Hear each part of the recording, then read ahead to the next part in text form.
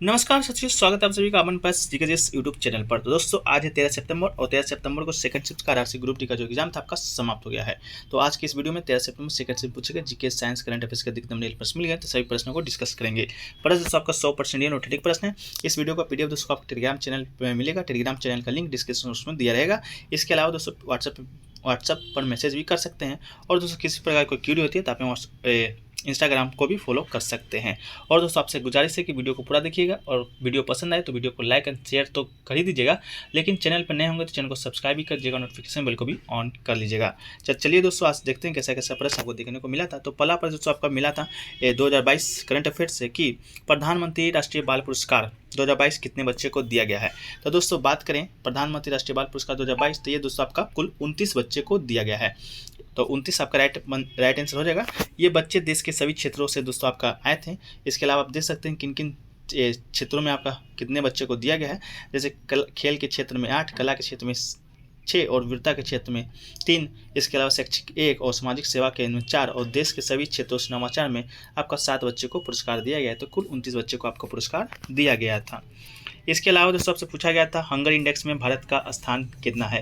तो दोस्तों बात करें हंगर इंडेक्स की, तो ग्लोबल हंगर इंडेक्स 2021 में, जिसे वैश्विक भूखमरी सूचकांक 2021 भी कहते हैं, भारत को 116 देशों में आपका 101वां स्थान मिला था। तो 101 आपका राइट आंसर हो जाएगा। इसके अलावा दोस्तों जबकि 2020 में भारत को 107 देशों में 94वां स्थान मिला था, 2021 की रैंकिंग भारत अपने पड़ोसी देश पाकिस्तान, बांग्लादेश और नेपाल से भी पीछे है। तो आपका ओवरऑल आपका 101 आपका राइट आंसर हो जाएगा ग्लोबल हंगर इंडेक्स में भारत का स्थान। अगला क्वेश्चन पूछा था दोस्तों आपका कि बनास नदी किसकी सहायक नदी है। तो दोस्तों बात करें बनास नदी का, तो ये दोस्तों आपका भारत के राजस्थान राज्य में बहने वाली एक नदी है, जो कि चंबल नदी का उपनदी है, जो यमुना नदी की भी उपनदी है, जो आगे जाकर गंगा नदी में विलय हो जाती है। तो दोस्तों आपका चंबल नदी आपका राइट आंसर हो जाएगा, अगर ऑप्शन में दोस्तों दिया होगा। इसके अलावा आप यमुना भी दिया होगा तो यमुना भी राइट आंसर हो जाएगा। इसके अलावा आपका चंबल राइट आंसर हो जाएगा। इसके अलावा दोस्तों अगला क्वेश्चन पूछा गया था आपका नदी सही कि भीमा नदी इस राज्य से होकर बहती है। ऑप्शन आपका 2-2 करके दिया गया था। तो भीमा नदी की बात करें तो जिसे चंद्रभागा नदी भी कहा जाता है, भारत के पश्चिमी और दक्षिण भाग में एक प्रमुख नदी है। ये दक्षिणवर्ती दिशा में 801 किलोमीटर बहती है और यह महाराष्ट्र, कर्नाटक और तेलंगाना राज्य से होकर गुजरती है। तो महाराष्ट्र, कर्नाटक और तेलंगाना, इसमें आपको 2 ऑप्शन दिया गया था ऑप्शन में, तो वही आपका राइट आंसर हो जाएगा।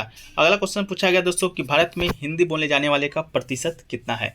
तो 2011 के जनगणना के अनुसार देखें तो भारत में जो हिंदी बोली जाने वाली प्रतिशत है वो आपका 43.63% लोग हिंदी बोलते हैं, जो कि दोस्तों आपका भारत में प्रथम 1 नंबर पर आपका आता है हिंदी बोली जाने वाला भाषा हिंदी। इसके अलावा बंगाली 2 नंबर पर आता है। इसके अलावा दोस्तों कल पूछा गया तेलुगु कितने नंबर पर आता है, तो आपका 4 नंबर पर आता है। तो हिंदी संवैधानिक रूप से देश की राजभाषा होने के साथ साथ देशों में सबसे अधिक बोली जाने वाली भाषा है। और 2011 की जनगणना के अनुसार भारत में 43.63% लोग हिंदी बोलते हैं। अगला क्वेश्चन पूछा गया दोस्तों प्रथम पंचवर्षीय योजना कब शुरू हुआ था। तो प्रथम पंचवर्षीय योजना की बात करें तो ये आपका 1951 से 1956 ईस्वी तक चला था। प्रथम प्रधानमंत्री जो भारत के जवाहरलाल नेहरू ने भारत की संसद में पहली पंचवर्षीय योजना को प्रस्तुत किया था। इसमें तत्काल ध्यान देने योग्य की आवश्यकता थी। अब पहली पंचवर्षीय योजना 1951 में शुरू हुआ था, जो मुख्य रूप से प्राथमिक क्षेत्रों के विकास पर केंद्रित आपका था।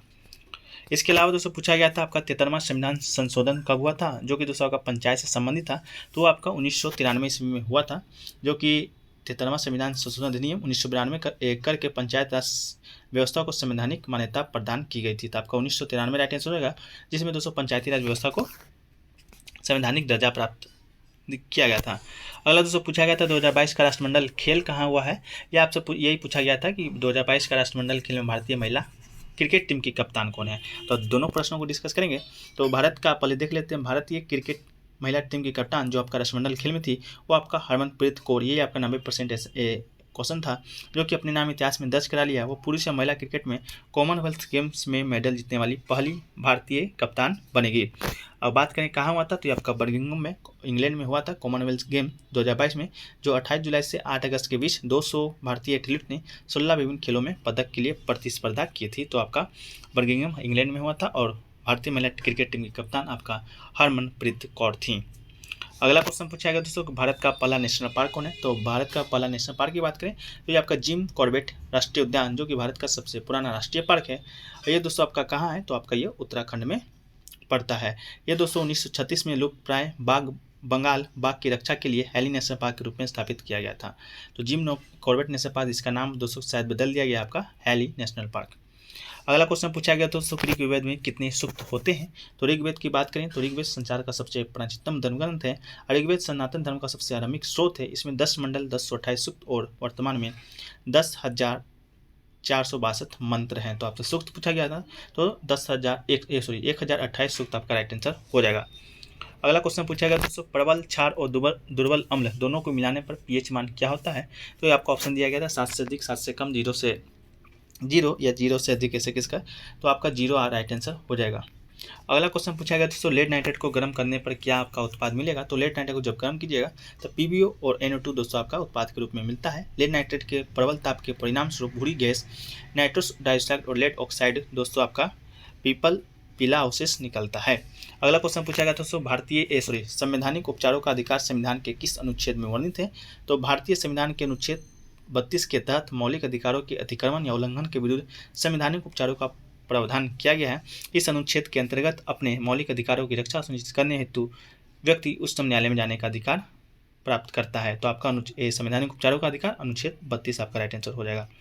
इसके अलावा दोस्तों आपसे पूछा गया था, सिलिकॉन, स्कैंडियम और जर्मेनियम को दोस्तों आपको सजाना था, कौन सबसे पहले आता है। तो सिलिकॉन दोस्तों आपका परमाणु संख्या 21 होता है, इसके बाद स्कैंडियम जिसका 28 होता है और जर्मेनियम जिसका परमाणु संख्या आपका 32 होता है। तो इसी ऑर्डर में दोस्तों आपको सजाना था। दोस्तों एक क्वेश्चन और पूछा गया था आपका कि केरल के वर्नाकुलम में कौन सा त्यौहार इस तरह से मनाया जाता है। तो दोस्तों आप देख लीजिएगा ऑप्शन के अनुसार कौन सा केरल में कौन सा त्यौहार आपका मनाया जाता है। अगर क्वेश्चन क्लियर होगा तो कमेंट सेक्शन में बताइएगा उसको PDF में सम्मिलित करने के लिए। इसके अलावा दोस्तों क्वेश्चन और है, क्लियर नहीं है लेकिन है, कि पौधे किस तरह से उत्सर्जन नहीं करते हैं, अपशिष्ट पदार्थ होता है वो आपका नहीं निकालते हैं। तो इस तरह का भी प्रश्न आपका आया था, देख लीजिएगा। प्रश्न क्लियर नहीं है इस कारण आपको इसमें नहीं शामिल किए हैं। इसके अलावा दोस्तों आपसे एक प्रश्न शायद रीजनिंग में आया था आपका 34 का स्क्वायर से संबंधित आपका प्रश्न आया था। 34 का जो स्क्वायर होगा दोस्तों आपका 1156 आपका 34 का स्क्वायर हो जाता है। इसके बाद दोस्तों आपका आया था कि 7 सितंबर 2014 को ये दिन है, तो आपका कैलेंडर से संबंधित प्रश्न आया था कि अगला कौन सा दिसंबर में कौन सा दिन होगा, दिन मालूम नहीं है लेकिन आपसे इस तरह का प्रश्न पूछा गया था।